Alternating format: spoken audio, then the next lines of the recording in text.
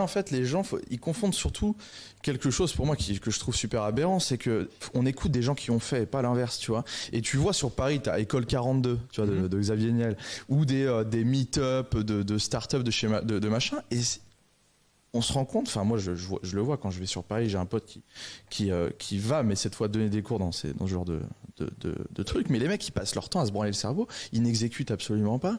Et il y a rien qui se passe, quoi. Et puis ils pensent que, tu vois, donc ils vont d'idée en idée sans jamais exécuter, et ils pensent qu'un jour, tu vois, ils vont trouver l'idée, tu vois, alors que c'est pas ce qu'ils recherchent. Tu sais, finalement, ça fait un peu loi d'attraction, mais l'univers te donne ce que tu te demandes, tu vois. Eux, ce qu'ils demandent, c'est d'avoir l'air cool. Ouais. Ce qu'ils veulent, c'est être cool. Ouais, ce qu'ils veulent, c'est être à la station F, dire que voilà, qu'il y a je sais pas trop qui est machin qui est là, que c'est ce qu'ils recherchent. Et à la limite, libre à eux de le faire, tu vois. Je veux dire, sinon que ça à foutre. S'ils veulent s'occuper comme ça, qu'ils s'occupent comme ça, quoi. Enfin, moi, ce que je trouve abject dans l'histoire, c'est que finalement, tous ces fils de pute là, je dirais, vivent d'argent public. Parce que c'est la banque publique d'investissement, qui est et l'argent public, il vient d'où? Du racket de la classe moyenne, en fait.